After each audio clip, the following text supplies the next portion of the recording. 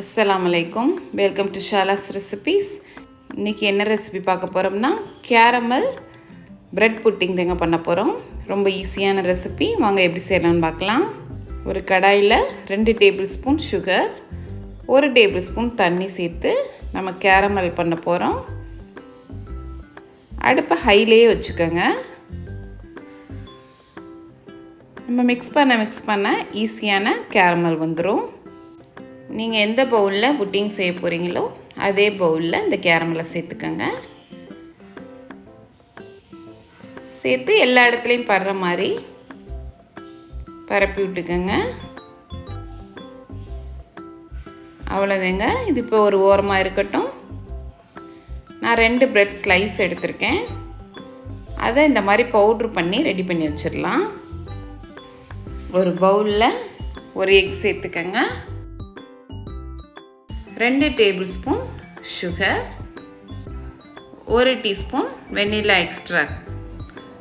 இது சேர்க்குறனால எக்குடைய ஸ்மெல் வராமல் இருக்கும். இப்போ ஒரு விஸ்கை வச்சு அந்த சுகர் கரையிற வரை பீட் பண்ணிக்கோங்க.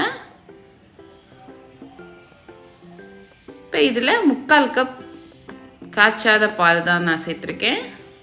3/4 கப் சேர்த்துக்கோங்க. சேர்த்து அதையும் விஸ்கை வச்சு நல்லா மிக்ஸ் பண்ணிக்கலாம். இந்த எக்கும் பாலும் நல்லா மிக்ஸ் ஆகணும். இப்போ நம்ம அரைச்சி வச்ச பிரெட் க்ரம்ஸையும் இதில் சேர்த்துடலாம். சேர்த்து நல்லா மிக்ஸ் பண்ணிக்கோங்க. அவ்வளோதாங்க. நமக்கு புட்டிங்க்கு எல்லாம் தயாராகிடுச்சு. நம்ம கேரமல் சேர்த்த அதே பவுலில் இந்த எக்கையும் சேர்த்துடலாம். அவ்வளோ அருமையாக இருக்குங்க சாப்பிட்றதுக்கு. வாயில் வச்சோன்னே கரைஞ்சி போயிடும்.